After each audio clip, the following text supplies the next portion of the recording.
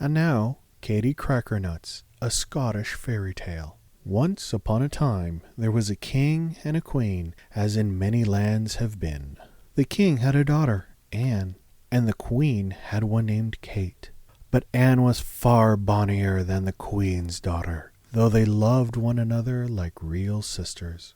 The queen was jealous of the king's daughter being bonnier than her own, and cast about to spoil her beauty. So she took the counsel of the henwife, who told her to send the lassie to her the next morning fasting. So the next morning, early the queen said to Anne, "Go, my dear, to the henwife in the glen, and ask her for some eggs." When she came to the henwife, she asked for eggs, as she had been told to do. Then the henwife said to her, "Lift the lid off that pot there and see." The lassie did so, but nothing happened. "Go home to your Minnie and tell her to keep her larder door better locked," said the henwife. So she went home to the queen and told her what the henwife had said. The queen knew from this that the lassie had something to eat, so watched the next morning and sent her away fasting. But the princess saw some country folk picking peas by the roadside, and being very kind, she spoke to them and took a handful of the peas, which she ate by the way. When she came to the henwife said, "Lift the lid off the pot and you'll see."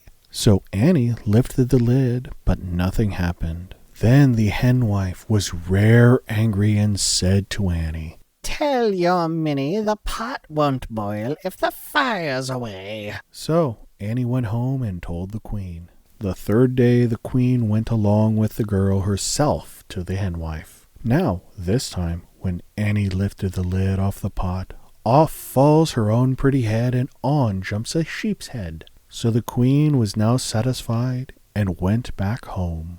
Her own daughter, Kate, however, took a fine linen cloth and wrapped it around her sister's head and took her by the hand, and they both went out to seek their fortune. They went on and they went on and they went on, till they came to a castle. Kate knocked at the door and asked for a night's lodging for herself and a sick sister. They went in and found it was a king's castle, who had 2 sons, and one of them was sickening away to death, and no one could find out what ailed him. And the curious thing was that whomever watched him at night was never seen any more. So the king had offered a peck of silver to anyone who would stay up with him. Now Katie was a very brave girl, so she offered to stay up with him. Kate followed, but he didn't seem to notice her. The prince went to the stable, saddled his horse, called his hound, jumped into the saddle, and Kate leapt lightly up behind him. Away rode the prince and Kate through the greenwood, Kate, as they passed, plucking nuts from the trees and filling her apron with them. They rode on and on till they came to a green hill. Here the prince drew bridle and spoke. "Open, open, green hill, and let the young prince in with his horse and his hound." And Katie added, "And his lady behind him." Immediately the green hill opened and they passed in. The prince entered a magnificent hall, brightly lit up, and many beautiful fairies surrounded the prince and led him off to the dance. Meanwhile, Kate, without being noticed, hid herself behind the door. There she saw the prince dancing and dancing and dancing, till he could dance no longer and fell upon a couch. Then the fairies would fan him till he could rise and go on dancing. At last the last cock crew, and the prince made all haste to get on the horseback. Kate jumped up behind, and home they rode. When the morning sun rose, they came in and found Kate sitting down by the fire and cracking her nuts.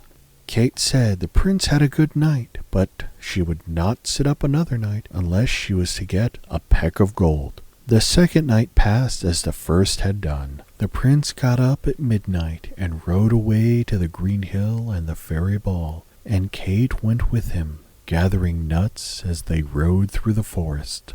This time she did not watch the prince, for she knew he would dance and dance and dance. But she saw a fairy baby playing with a wand and overheard one of the fairies say, 3 strokes of that wand would make Kate's sister as bonny as she ever was. So Kate rolled nuts to the fairy baby, and rolled nuts till the baby toddled after the nuts and let fall the wand, and Kate took it up and put it in her apron.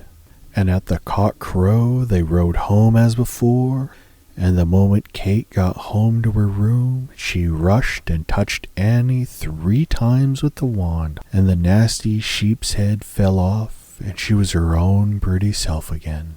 The 3rd night Kate consented to watch, only if she should marry the sick prince. All went on as on the first 2 nights. This time the fairy baby was playing with a birdie. Kate heard one of the fairies say, 3 bites of that birdie would make the sick prince as well as he ever was. Kate rolled all the nuts she had to the fairy baby till the birdie was dropped, and Kate put it in her apron. At cock crow they set off again, but instead of cracking her nuts as she used to do, this time Kate plucked the feathers off and cooked the birdie. Soon there arose a very savory smell. Oh, said the sick prince, I wish I had a bite of that birdie. So Kate gave him a bite of the birdie, and he rose up on his elbow. By and by he cried out again, Oh, if I had another bite of that birdie. So Kate gave him another bite, and he sat up on his bed, and then said again, Oh, if I had but a 3rd bite of that birdie.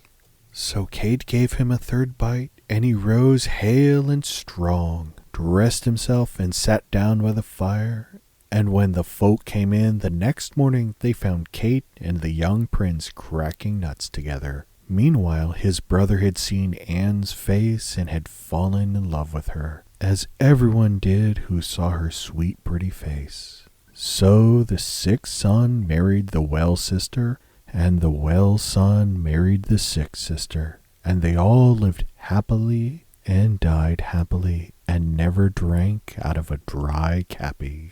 So ends this telling of Kate Crakernuts, the Scottish fairy tale.